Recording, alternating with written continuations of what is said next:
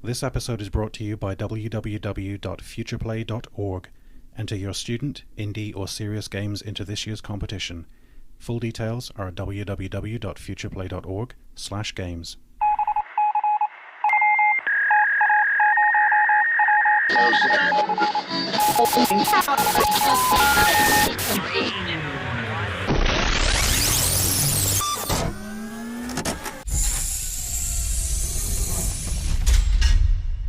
This is Thunderbird 6, episode 46, for February the 19th, 2007.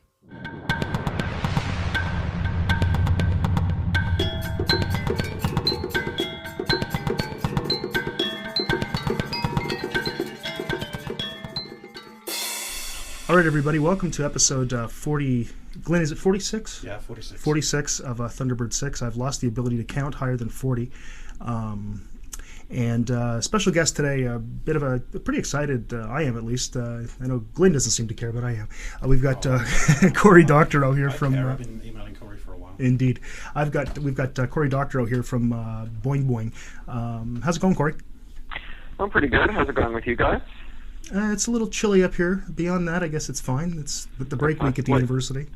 It's a slightly damp, coolish kind of day here in Los Angeles. We had a completely... movie time kind of weekend where we had a Saturday where it must have gotten up to 30 degrees. It was just gorgeous. Everyone was out in the sun in their shorts and tank tops. Yeah, it was about minus 30 here. So Excellent. yeah, so they both had the absolute value is the same number. I love the temperatures when Fahrenheit and Celsius converge. It just makes life so much easier. It does, and believe me, up here in Sault Ste. Marie this time of year, we get that. As of course you probably are maybe somewhat aware because you're originally you're from Canada. You're Canadian, aren't you, Cory? I'm a Torontonian, which barely qualifies me as a Canadian, I think, and as far as Sault Ste. Marie is concerned. Perhaps. We'll allow you that one. Just this once, okay. Indeed. Special dispensation. We'll give you the Tim Horton mug or something. Yeah. I'm an upper Canadian, as it were. Indeed. Well, as am I, and Glenn's actually from the mother country, so... Yeah, actually from Sault Ste. Marie. I was born here. Oh, okay. I'm telling you that. I talk funny, yeah, you just talk funny. Yeah. I'm the most local of the three of us. Indeed. So you not only... we'll talk about Boing Boing, I guess, in a sec, but your other position right now is you're the Canadian Fulbright Chair at the USC Institute of Public Policy, or Center for Public... Public Diplomacy. Diplomacy. Right? Yeah. Which means what's I public don't crack diplomacy? people because I'm very diplomatic. Nice, thank you. What is public diplomacy? Public diplomacy, broadly considered, is figuring out ways to get people to talk to each other instead of killing each other. So you have formal diplomacy, which is like, guys with waxed mustaches talking to each other over their monocles. And you have public diplomacy, which is, us talking to each other and talking to people all over the world. Blogs are a pretty good kind of public diplomacy tool. Massively multiplayer online games are a pretty good public diplomacy tool. Anything that kind of makes you less parochial and more of a world citizen and someone whose identity isn't just about, kind of the 40 people who live on your block, but instead about the whole human race is kind of a tool of public diplomacy. So do you think that the stuff, with the explosion of sort of social media, blogs, podcasts, etc. Is that, do you think that's led to an explosion of shall we call explosion is probably the wrong word when we talk about diplomacy, but of public diplomacy? A holocaust of public diplomacy, a holocaust of wonderful feeling. I actually think it has. I think, my first inkling of this was before I moved to the UK, which is actually where I mostly live. I'm just in LA for a year. I made a lot of visits there for work and other reasons, and I kept running into these weird LiveJournal romances, almost always, and this might just be a complete coincidence and a statistical anomaly, but I kept meeting American women who were dating British guys that they'd met on LiveJournal. Wow. And who had flown over from the U.S. somewhere to hang out with, kids who were doing their math degrees at Oxford and to try and get a work visa and so on. It just seemed to happen a lot. It was really odd. And it seemed like the first inkling of that. And then just everywhere I looked, I kept running into people who had a best friend or a best net friend who lived in some faraway place that they would never, physically ever get to visit to, or if they did, it would only be because they'd made this best friend, not the other way around, and who were really really starting to think of themselves not just as, a guy from Sault Ste. Marie or a woman from Montreal or kids from Florida, but rather as someone who's connected to human beings everywhere and whose social circle can encompass anyone, anywhere. Wow. Yeah, I mean, it's funny you talk about that. You talk about people meeting people from all over and these sort of net things. I mean, for example, one of the other people that works on our podcast, Isabel, who I know quite well because I'm married to her, visited Algeria a couple of years ago based on meeting a family of people from Algeria in a Yahoo chat room. And I mean, that's a whole other canonical example. Because, I mean, and there you got an example of someone who's, you think about the sort of Middle East sort of problems and all these things, and instead of worrying about it government to government, it's, making person-to-person contact, first on, email and chatting and stuff, but then, real, actual face-to-face contact. Yeah. In reality, it becomes communications truly without borders. Yeah. Hey, I've just realised if he spends all his time in England, he can probably understand me. I can't hear that person who is just speaking. Oh, okay, sorry. How about that? Is that better? That's much better, yeah. Okay. It was kind of like a slightly Britishized warbling in the background. Okay, like a British fountain. Okay, I'll remember to put that. I'll put that on my resume. I'm a British fountain, as said by Cory Doctorow. Right. A slightly brummified fountain. Nice. But very sharply turned out today as well. Your work with Boing Boing, which is it's probably one of the top sort of blogging websites on the net. How do you guys pick what's going to be? There's a popular website called Boing Boing on the net. I will give you that. We can probably find some other categories in which it is the top, but I think we take that one every year. You've got to worry when people start referencing Boing Boing in lectures and essays and stuff like that. But oh, they do. I've seen it, Cory. Yeah. Seriously. How do you guys decide what you guys are going to talk about? Because, I saw today, for example, there's the eraser shaped like a delete key, and then there's, stuff about e-voting machines, and that's serious news. It's, the category of for Boing Boing posts is stuff that we find interesting. And it doesn't get any narrower than that. It's for people with diverse and eclectic interests who use the fact that writing down interesting tidbits that you've discovered so that they can be appreciated by an audience is also powerfully mnemonic, so that you can recall it yourself in your own work. We use that as a means of actually populating the site. So I actually remember tons and tons of the stuff that I've posted. Not everything, because it's running to tens of thousands of posts now, but a much bigger recall than I would have otherwise if I just made a note to myself. Right. So it's almost like your own, yeah. It's like a commonplace book. It's a little like I'm finding puzzle pieces, and I don't have the box, and I'm not sure how many puzzles it's from. It might be 5 or 6 or even a couple hundred, and most of them look like sky. But every now and again you find a corner, and when you find a corner, you put it down, even some of the more interesting sky pieces, and you just note them down, and eventually they gel into kind of more coherent stories, more coherent ideas, and then those usually get embodied in bigger projects like novels or nonfiction books or long editorials or the class that I've been teaching, the lectures that I give, and so on. Right. What kind of lecture? What you guys are? Because considering you're working down at the university now, are you teaching? Are you taking classes? What are you doing? I'm teaching. I teach one class, an undergrad class this semester. Last semester it was a graduate class. Last semester I called it Set Top Cop: Hollywood's Secret War in Your Living Room, and this semester I've called it Pwned: Everyone on Campus is a Copyright Criminal. That's the undergrads who are hipper to the lingo. Nice. And it's I teach that, and then I'm basically researching a book. So I ran a speaker series last semester where I brought in all these different speakers to the class who had all kinds of really interesting things to say, and they also gave public speeches in the evening. And I interviewed them all for a book, and then I've been doing my own research on this book, and I'm going to be writing it sometime soon. I've been kind of getting closer and closer to starting to compose, working on outlines and proposals and stuff. Mm-hmm. That will be kind of my copyright book. I've been calling it Silent Spring for DRM.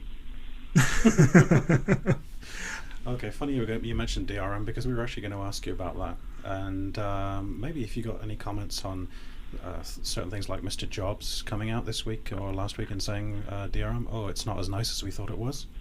Yeah, I just actually wrote a big editorial for that about that on Salon, which I guess will be out tomorrow, or maybe today. Or actually, I don't even know what their production schedule is soon. The editorial says that it's nice that, and I believe that it's nice that Steve Jobs has been somewhat critical of DRM, that he's kind of all over the map on this question. I mean, this is the guy who went to a meeting of Hollywood executives and said, "Don't release any high-definition movies until you've been delivered the world's most perfect high-definition DRM, which will certainly come and which will protect your movies forever." Right? This is the guy who one of his representatives, a lawyer for Apple, went to a tech conference and told the people there that Apple would have DRM on iTunes Music even if the music industry said that they didn't have to. And, this is the guy who is benefiting quite a lot from having DRM on music, right, because while it doesn't stop copying, it does sure lock people into the iPod. And Jobs' answer to that was just ridiculous. He said, if you have a 10,000 song iPod, you probably don't have DRM on all those songs. It's just a few of them. And it's true that it's just a few of them, but, if you have, say, 100 songs with DRM on them, that's $100 that you're going to have to abandon if you switch to a competitor's product. You don't right, need 10,000 songs to lock in. Yeah, exactly. And it just makes me think of the Field of Dreams somewhere along the line there, and thinking that... Sorry, I'm losing you again. I sorry. really, really think. It makes me think of the Field of Dreams, so that the quote, if they build it, that they will come. If you build it, they will come. If you DRM it, they will break it eventually, because everything that seems to be put out there that gets DRM'd, you just got to leave the enterprising people of the world, working on this for a little while, and then boom, it's gone again. So you're kind of wasting your time. Big Champagne, who audit DRM systems, or peer-to-peer systems rather, say that the mean time between a song being released in the iTunes Music Store that's a DRM-only track and that same song showing up on iTunes is like between 2 and 5 minutes. So it's not like the iTunes DRM actually ever stopped copying, but that's because the primary effect of DRM isn't technical, it's legal. Because in the U.S. it's illegal to break a DRM, even if you're doing so for a lawful purpose, then as soon as you add a kind of one molecule thick layer of DRM to your product, the way that iTunes has, you suddenly get to sue any competitor who makes an interoperable product. So Apple can go out and reverse engineer, say, Microsoft PowerPoint and make a compatible product called Keynote and use that as part of its switch campaign to encourage people to switch from using Microsoft products to Apple. But Microsoft can't reverse engineer Apple's own formats and make interoperable products, say a player for the Zune that plays iTunes DRM music, without Apple's permission, and Apple won't give it to them. They'll sue them if they try to do it. And so that's the benefit that DRM gives Apple. It has almost nothing to do with copying. It has everything to do with freezing competitors out of the market. Do you think then that, so you're pretty much saying, I think I agree with you, that this announcement or editorial by Steve Jobs was nothing more than just don't I ever look cool? Am I ever a good guy? Don't blame me, but actually it's totally self-serving. Well, even more than that, I think that this was specifically about the fact that the consumer ombuds people in Europe, in Norway, and France, and Germany, and Sweden have been seriously investigating the question about whether or not Apple's iTunes is illegal because it doesn't interoperate with competitors' products. And I think Steve Jobs was just trying to, and effectively shifted the blame from himself to the music executives. And to tie this back into the Canadian angle, Edgar Bronfman Jr., Montreal's own record executive who's now running Warner Music, on cue stepped up to the plate and pitched a little infantile tantrum and said, "That's right, we will have DRM forever. There's no way we're going to take DRM off. Steve Jobs is wrong. It's just garbage," as opposed to saying, well, Apple certainly is quite a beneficiary of this DRM, and there are plenty of independent artists out there who would love to have their music released without DRM. For example, Canada's own Bare Naked Ladies, who have gone on record saying they'd love to have their music sold through the iTunes Music Store with no DRM on it.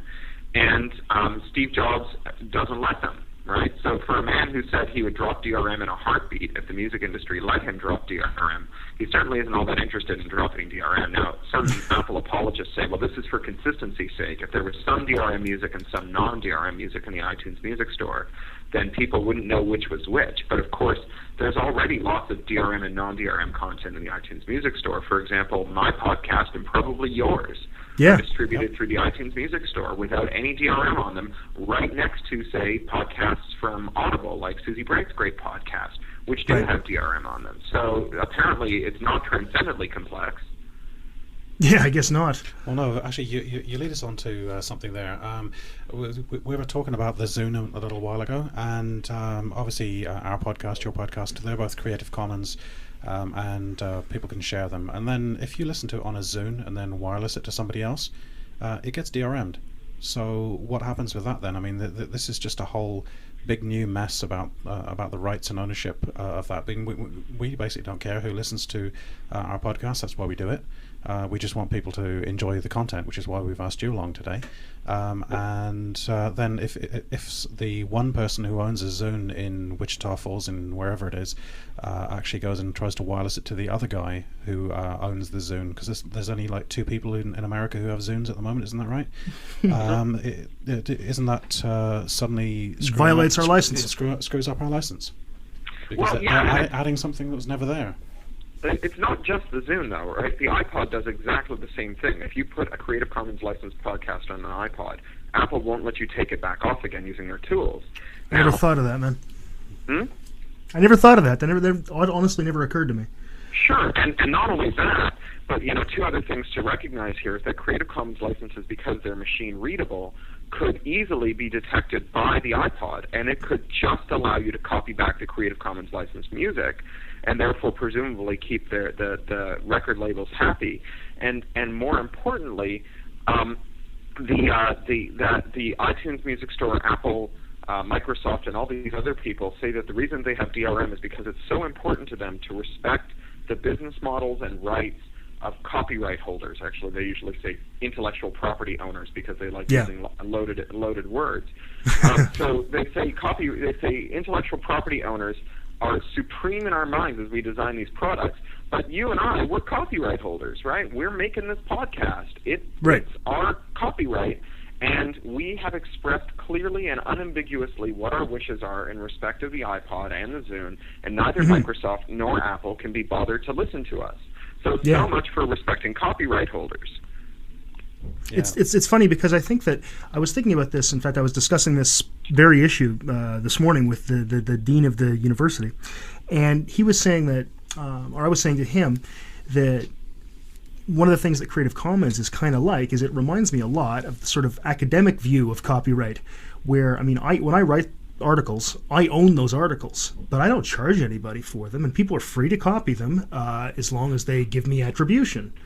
And it's funny. It seems like maybe the rest of the world is eventually, through people like you, for example, coming around to this notion that those of us in academia have had for quite a while, which is, as long as you make sure people know that I did it, and you can play with it if you want. You can. People are free to disagree with me and mash up my words a little bit in articles, as long as at the end of it they say Broadbeck and the year.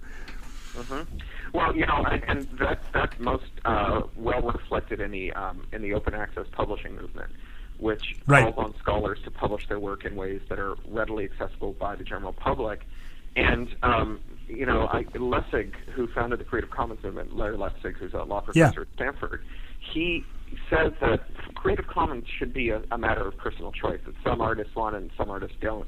But for academic publishing, it's a moral imperative that if you're part of Yes. the academy, if you're part of the Enlightenment, if you're part of the idea that we're not alchemists, we do tell people how we accomplish what we make, then you are morally obliged to make your work available to other scholars so that they can build on your work the way that you built on theirs. That is the nature of the academy, and that to do otherwise is to be a bad scholar. Yeah, I was trained that way in graduate school. You don't hide things from people. Exactly, and it's the whole purpose of an academic conference, isn't it? Okay, I'm going to go along. I hear my peers there, and there's some interesting stuff there. I'm going to reference it in my work. It's going to send me off in a whole different direction. Thanks for the inspiration, guys. And by the way, here's the name check. Yeah, Well, and exactly. more to the point, if someone said to you, "You're wrong, but I can't tell you why. It's a secret," you'll steal my ideas if I tell you why I think you're wrong. You'll laugh them out of the room. Oh yeah, Yeah, I do regularly. But he's sat next to me now, so I'm not Oh, going to say be quiet, Glenn. Okay, all right. Do you think that? I mean, you've actually been pretty successful with your science fiction writing, releasing it through versions of Creative Commons. Do you think more and more authors and musicians, etc., are going to jump on this? I mean, it's become an issue, and I'll tell you something. I was saying to Glenn before we came on, I saw you on the screensavers about 3 years ago, maybe 4 years ago, and I thought you must be just nuts. I mean, what's how's this guy going to make a living? And now, I mean, you apparently make a living. It seems like more and more people are. Do you think more and more people then are going to come on board, and you're going to get perhaps things like mainstream musicians, TV shows, even, or movies that'll be released this way? Well, so I think that's already happened. I mean, the Creative Commons licenses have been around since 2003, January of 2003, so it's just about 4 years. And that's coincidentally when my first book came out. So I was the first novelist to do a Creative Commons license. And in that period of 4 years, more than 160 million works have been released under Creative Commons licenses, and there are Creative Commons projects now in 81 countries. So all over the world you have people embracing CC. And they come from all walks of life. There's tons of extremely popular internet video that uses Creative Commons. And it may not be the CBC, although my sources in the CBC tell me that it's coming from there soon. But it's certainly the case with innumerable people who are making good livings from Creative Commons. Basically, Creative Commons confronts a technological reality, which is that bits are never going to get harder to copy. There's no future in which bits get harder and harder to copy from here on in. From now on, hard drives get smaller and cheaper and more capacious. Networks get faster and more available. It's just easier from now on. And in that world, if your business model relies on controlling copying, you're a zombie. You're the walking dead. And governments that try to prop you up with things like Canada's proposed Bill C-60, which is probably going to come down very soon from Minister Oda, who's funded her entire campaign from money from the entertainment industry. If that's what you're going to do, if you're going to try to make copy-proof bits through the law, it's like trying to subsidize the housing of people who pitch their tents on the sides of a volcano. Right? It's eventually you have to evacuate them off the bloody volcano. Yeah. You can't just keep trying to shore up the lava. And so there are tons of Creative Commons artists out there who are making a living with copy-friendly music, copy-friendly video, copy-friendly words, where the more their stuff gets copied, the more money they make. And that's, if you can figure out how to make more money the more you're copied, then you've got a long-term potential business model. Whereas if the more you're copied, the less money you make, then from now on, you're just going to get poorer and poorer. Yeah, I think the model's changed, and I think people have to, the music, the entertainment industry, the content industry, let's go that far, has to, I guess, just start realizing this. Yeah, I mean, basically, it's goes back to Darwinism, isn't it? Evolve or die. Yeah. Yeah, and I think that lots of entertainment companies are experimenting with this at the margins. I think the biggest problem with entertainment companies in terms of their institutional will is that you have senior executives who know that they have to change but don't know what they should change to, and also know that they're going to retire soon. And if they just sit where they are until retirement, then they know that they can retire with their heads held high. Whereas if they make a guess and they guess wrong, then they retire in disgrace and possibly in penury, depending on how good they've been at their financial planning, as opposed to younger record executives and TV executives and publishing executives who are like, well, I've got another 50 years in this business, and so if I want to continue to have a paycheck and continue paying that mortgage of mine, I better be prepared to change, because I got to do something, because I can't just sit pat, and nor can I wait for these old bastards to kick off. Exactly. Now, speaking of old bastards who you're waiting to kick off, in one of your previous incarnations, this is something to do with your Trotsky parent upbringing, I think, being a bit of a radical. You were involved in the EFF. Now, do you want to give us a quick... I'm still involved with the EFF, by the way. I'm still a fellow of the Electronic you're a fellow. Frontier. Okay, you're a lot more actively involved. I'm just not an employee any longer. Okay. Well, thanks for the definition. But I just wanted to, for the people who haven't heard of the EFF, who are tuning into the podcast, wonder if you could give us a little bit of a rundown on what they do and some of the landmark stuff that they've been involved in. Mm-hmm. Sure. Well, so Electronic Frontiers Foundation is an American nonprofit group that has offices in Canada and in Brussels that works to uphold the same civil liberties that we enjoy in the regular world, all that stuff in the Charter of Rights and Freedoms, in the Yep. virtual world. And as we move from the physical to the virtual, we need to figure out what our virtual equivalents are more like. Are they like things that are highly protected by government? Or are they like things that are not protected at all? So, for example, if you send someone an email, is that like a conversation in a bar, and if a policeman just happens to overhear it, he can arrest you for what he's heard in it? Or is it like a conversation on a telephone where a copper needs to get a warrant in order to listen in on it and convince a judge that he has a good reason to violate your privacy? And it's this kind of fight that EFF fights and wins with great regularity. They've been involved in a lot of copyright reform.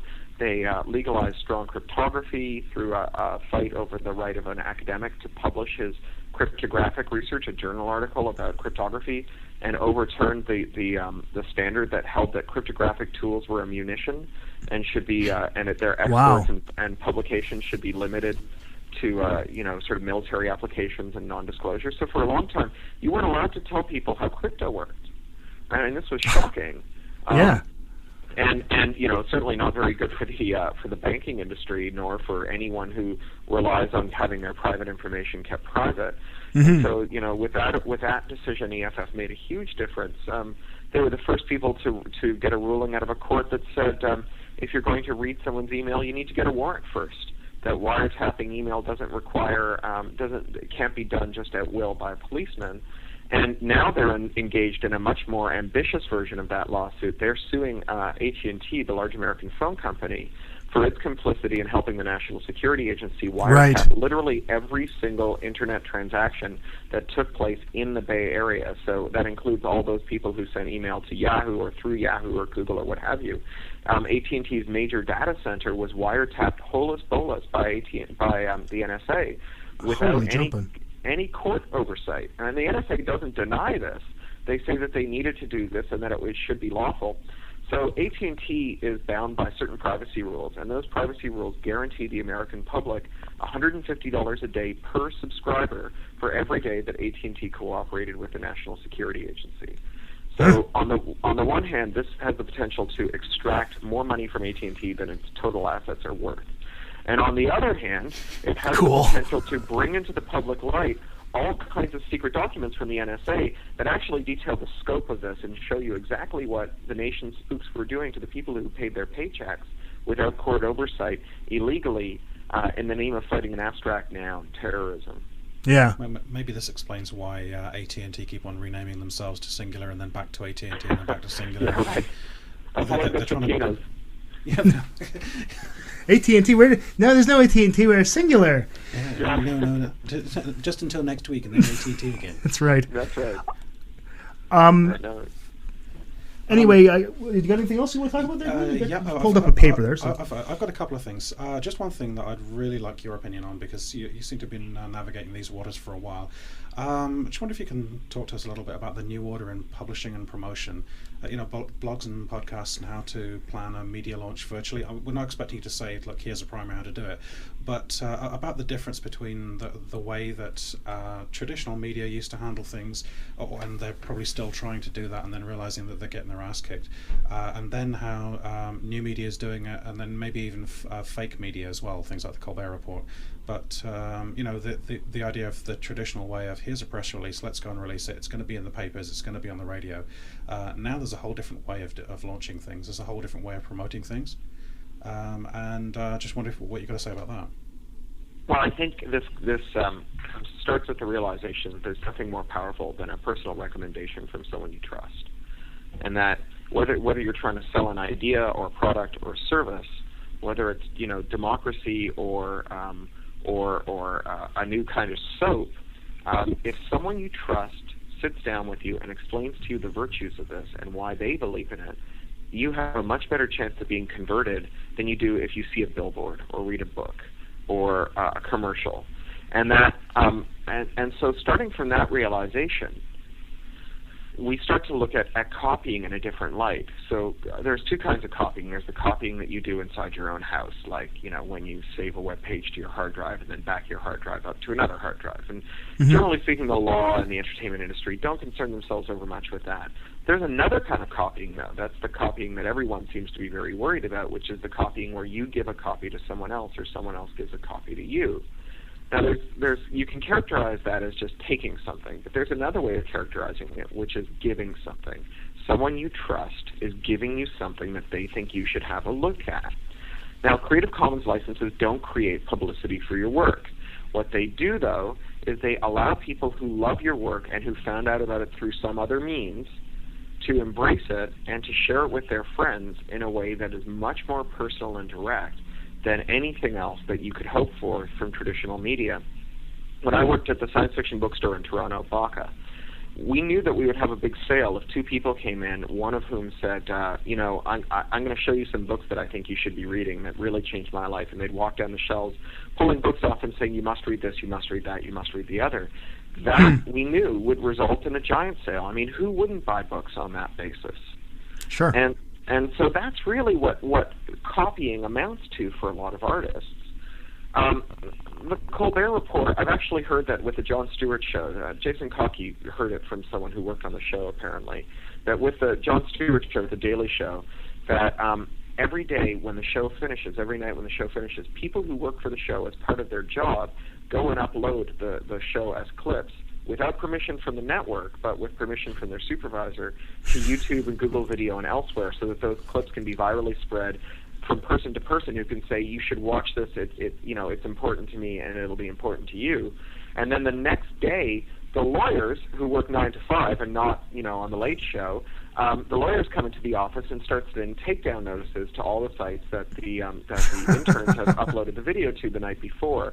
And this contradiction, this dialectic, is really hard to resolve.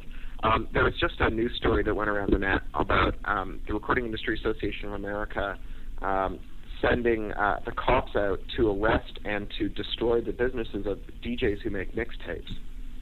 And these are mixtapes that contain singles from a bunch of different albums that are produced by DJs and passed around as this enormous promotional tool, particularly in hip-hop music.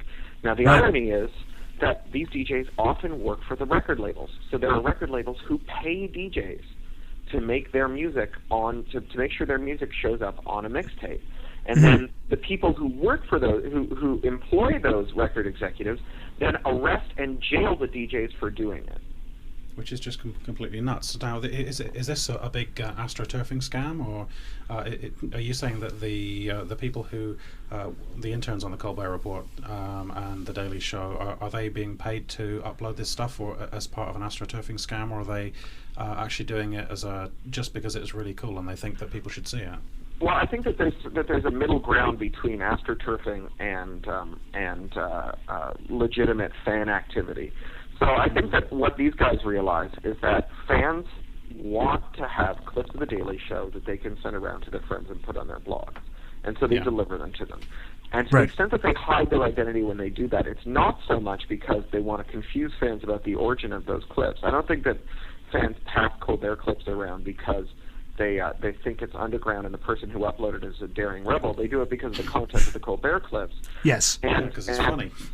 Yeah, because it's funny, and then subsequently the reason that they hide their identities or obscure their identities is because there are other people within the organization who would put a stop to the practice if they knew it was going on and who they should talk to about it. Mm-hmm. I mean, AstroTurf is a real problem, and it's a different problem, and equally. Can we say Sony there?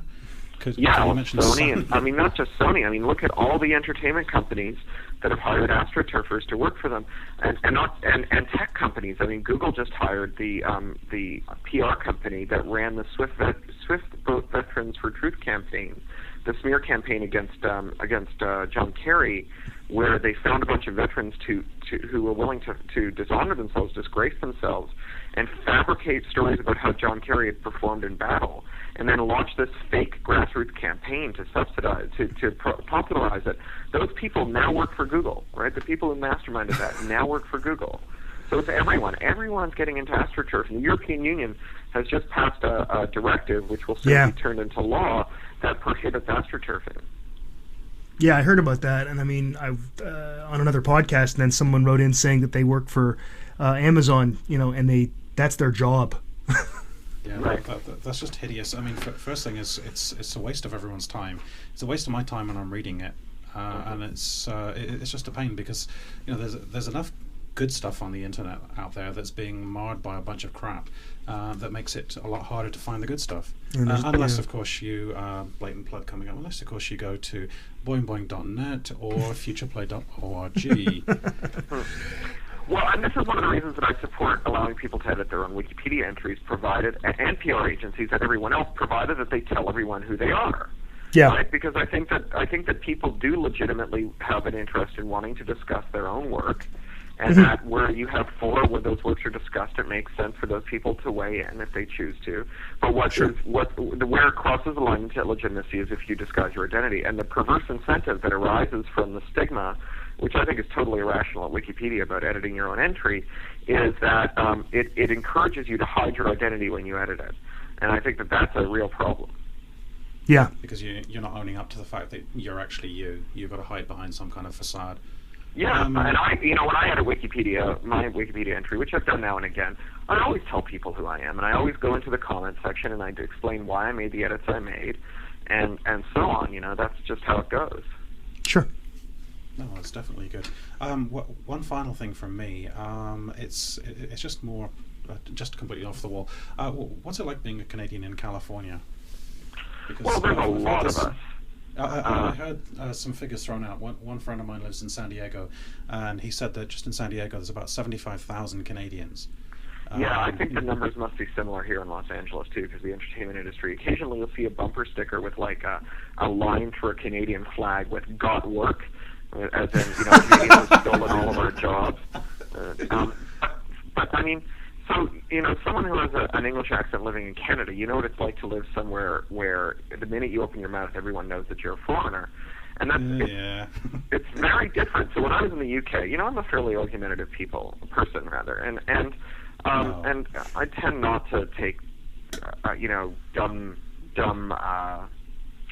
rules and policies at face value. I tend to question them. And I could tell the second I opened my mouth in the UK and they heard my accent that they rolled their eyes and they said, oh, God, another goddamn American come here with no rules, doesn't understand how it goes here, and just shouting and loud and argumentative. As opposed to, no, this policy really is dumb. I once got into this with Orange over returning my phone because I had a phone that was defective and under warranty, but I'd thrown away the charger so that I could just use my USB charger. And they had a policy where unless you return the phone with the charger, they wouldn't service it, and they didn't sell the charger separately. And trying to explain this to someone at Orange was just impossible. And you could totally tell that the people at Orange were like, oh, stupid American, why don't you just, go back to where you came from? Whereas in California, no one knows you're from abroad. We're like serial killers. We look just like everyone else. Nice. So, and to a certain extent, I'm not a Canadian living in California, because no one treats me like a Canadian except for my friends who treat me like their friend Corey. Not like a Canadian particularly. So just one note we want to insert there. Anyone who's listening in from the NSA in the States, he's not really a serial killer. Yeah, he's not really a serial killer. Yeah. We don't know him. We're just talking to him. And just because we live on the border and we want to go across and buy stuff from we can actually see Michigan just outside my office window, and it's all very nice. Yeah. He was such a nice boy. He spent all that time in the backyard sharpening that axe for his mother. That's right. Exactly. He never bothered anybody. He was a really good neighbor. Out of curiosity, then, of course you're Canadian, what's your favorite hockey team, Corey? I'm not a hockey fan. Oh, come on, Corey. Even when I lived in Canada, I was one of those people who was like, why don't they knock down Maple Leaf Gardens and put something useful there? Well, see, that's different because I'm all for that because I hate the Leafs. Yeah, exactly. Well, and as the spending became more extreme, and as we got the Air Canada Centre and so on, I was like, wow, look at these corporate welfare bums. Why doesn't someone make it their own goddamn way? I agree.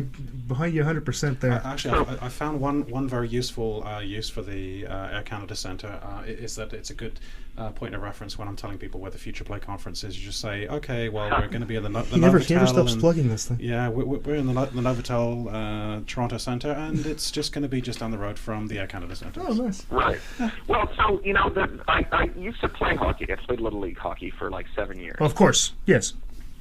And every now and again, our coaches would get us tickets for like not a major league game at the Gardens, but a AAA game at the Gardens. Sure. And those were really fun. I don't remember any of the names of any of the teams, right? But it was Farm League. And the Farm League teams just play. They don't dick around a lot. There's no commercial breaks. It's cheap. Everyone's there to have fun.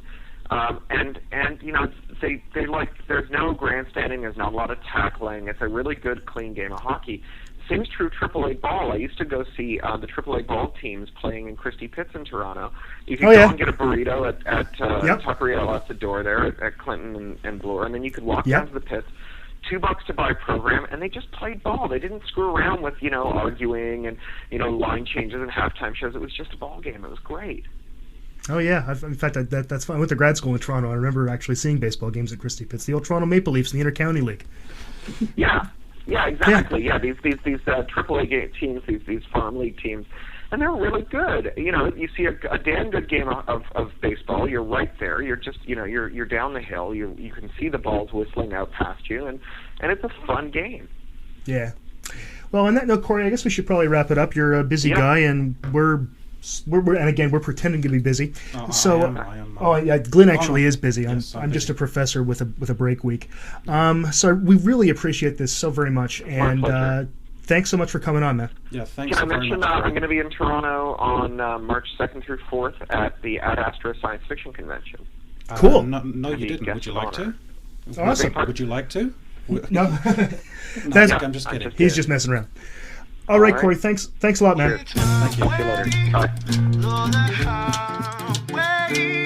What she said to me is why I'm gone.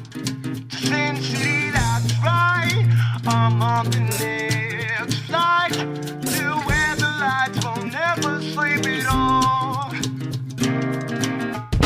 'Cause you drive me crazy, just like a record spinning round. Whoa, whoa, whoa, and it's better than being wrapped around your fingers.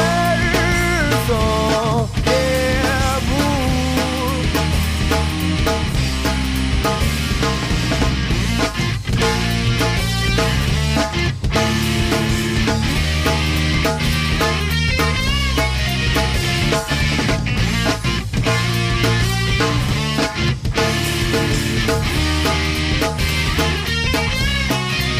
I'll be back by midnight, still waiting ringside, waiting for that bell to ring again. When you're outside of my door, well, I can't love you anymore.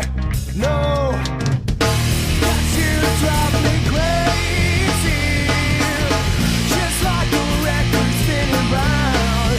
Whoa, whoa, whoa, and it's better than being wrapped around your fingers.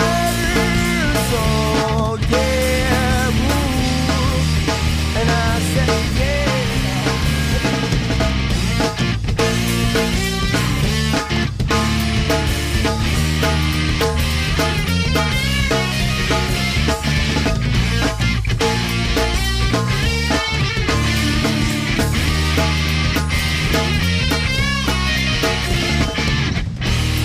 Cause you drive me crazy, just like a record spinning round. Whoa, whoa, whoa, that's better than being wrapped around your finger.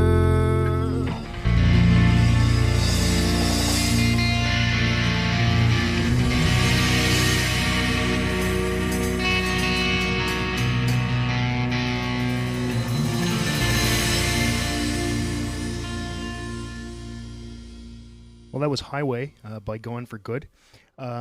appropriate, I think, to have some pod-safe music when we have Cory Doctorow, a real a visionary, but also a leader in the Creative Commons movement. Thanks so much, Cory. That was great.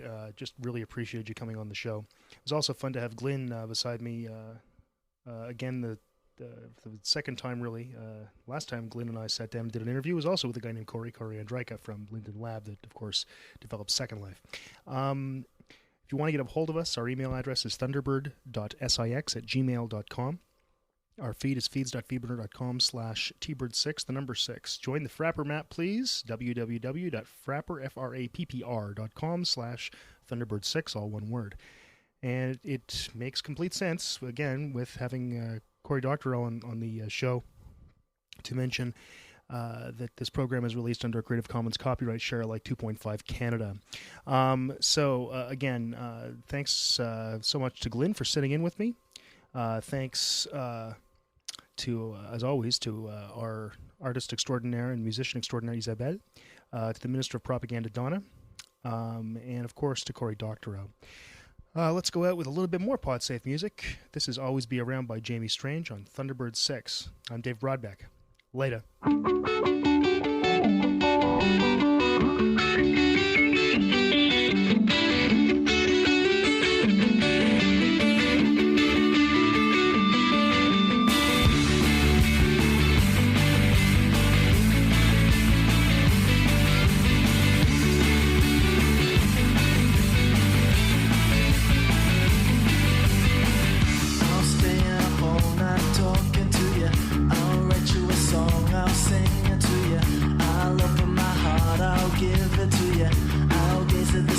I'll dream about forever.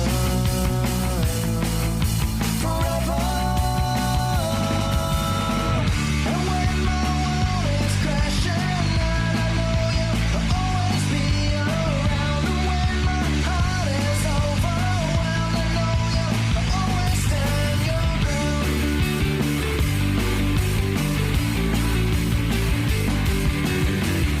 We'll lay on the bed and laugh together. We'll watch a movie, we'll cry together. We'll sing our song, we'll dance together. We'll watch the sunrise, dream about forever. Forever. And when my world is crashing, I know you'll always be around. And when my heart is overwhelmed, I know you'll always stand your ground. Now I can hold my head up. Now I can lift my heart up. Now I can reach my hands up high. Now I can sing my heart out. Now I can tell the world about the one that's always by my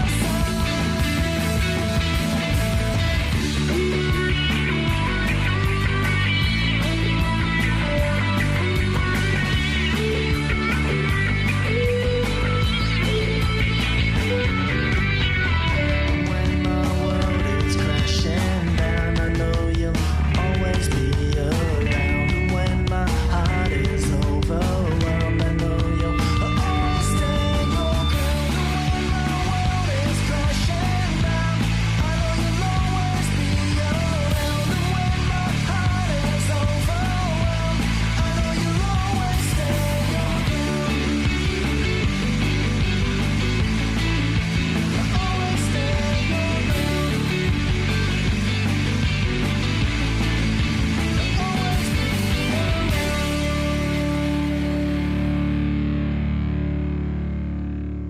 This episode was brought to you by FuturePlay 2007 Academic Games Conference. Research, play, and share. With keynotes from Espen Arseth, Franz Myra, Cory Andryka, and many others. Full details are at www.futureplay.org.